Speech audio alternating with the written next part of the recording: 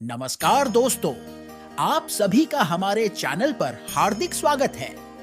हमारे चैनल को सब्सक्राइब कीजिए और कमेंट में जय श्री कृष्णा लिखिए। ज्यादा पूजा पाठ करने वाला भक्ति के स्वरूप को नहीं समझने के कारण पूजा पाठ तो करता है, लेकिन वह अनजाने में सकाम पूजा ही करता है, जिसका फल उसे सुख दुख के रूप में ही मिलता है।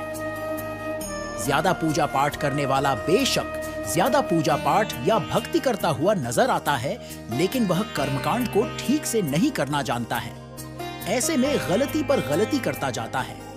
बेशक वह कहता है कि वह कुआं खोदने की बात करता है, लेकिन असल में वह खाई ही खोद रहा होता है। वह यह तो कहता है कि वह बहुत सारी दुनिया भर की पूजा पाठ या मेहनत कर रहा है, लेकिन असल में तो वह अपनी मेहनत बेकार ही कर रहा होता है। बेशक ऐसा करने में उसका सारा परिश्रम निष्फल चला जाता है। तो एक बात तो यह हुई कि सकाम कर्मों का फल सुख या दुख के रूप में मिलता है। हो सकता है कि उसके पूर्व कर्मों की वजह से उसकी जिंदगी में दुख बहुत लिखे हों और पूजा पाठ से बेशक कम हुए हों, लेकिन फिर भी आप यही सोच रहे हों कि भगवान हमें इतनी पूजा पाठ के बाद भी दुख ही दे रहे हों।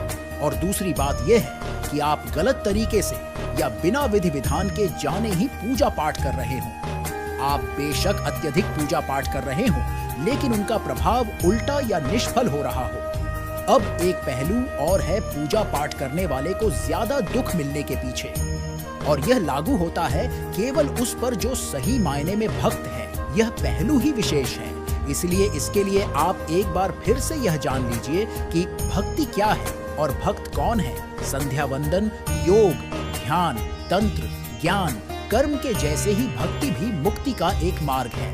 भक्ति कई प्रकार की होती है। इसमें श्रवण, भजन, कीर्तन, नाम, जप, स्मरण, मंत्र, ये सब करना चाहिए।